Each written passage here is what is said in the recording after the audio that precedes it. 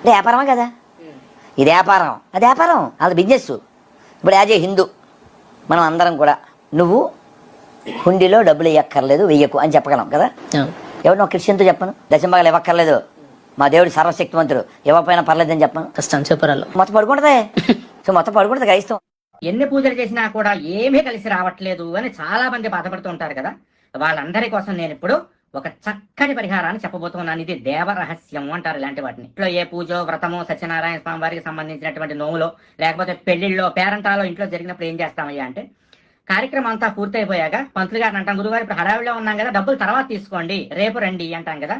యథార్థానికి అలా అనకూడదట. మనకి దేవీ భాగవతం చెప్తుంది. పూజ పూర్తయిన వెంటనే సంభావన కనుక గురువు గారికి ఇచ్చేయకపోతే, పంతులు గారికి ఇవ్వకపోతే అది రెట్టింపు అయిపోతూ ఉంటుంది. సాయంత్రం తీసుకోండి అన్నారు అనుకోండి, ఇప్పుడు 10,000 ఇవ్వాల్సింది సాయంత్రం తీసుకోండి అంటే 20,000 ఇవ్వాల్సి వస్తుందట. రేపు తీసుకోండి అంటే 20-40 అయిపోతుంది. అలా పెరిగిపోతూ ఉంటుంది ఇవ్వాల్సినటువంటి మొత్తం.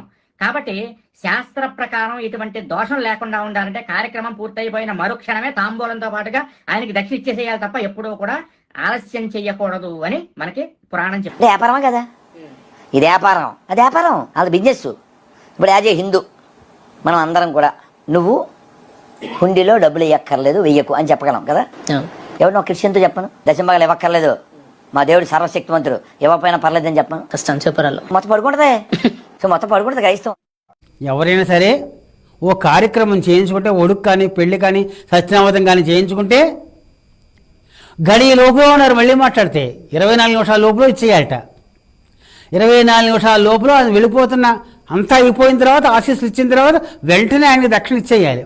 దక్షిణ రేపిస్తానండి అన్నాడు అనుకోండి, అదే గంట పోయింది ఆలస్యం భోజనం అయిన తర్వాత దక్షిణ ఇస్తానన్నారు అనుకోండి, 24 నిమిషాల్లోగా అక్కడ దక్షిణ ఇవ్వకపోతే దానికి 4 రెట్లు వేసేవాటండి. 10,000 స్థానాన్ని పెళ్లి చేయించమని అడిగి ఒక 2 గంటలైనా ఇవ్వకపోతే 40,000 రూపాయలు ఇవ్వాల్సి వస్తుంటాయి. శాస్త్రం చెబుతున్న మాట. అంటే వ్యాపారమా కదా, ఇది వ్యాపారం అది వ్యాపారం, అది బిజినెస్. ఇప్పుడు యాజ్ ఏ హిందూ మనం అందరం కూడా నువ్వు హుండీలో డబ్బులు ఇవ్వక్కర్లేదు వెయ్యకు అని చెప్పగలం కదా.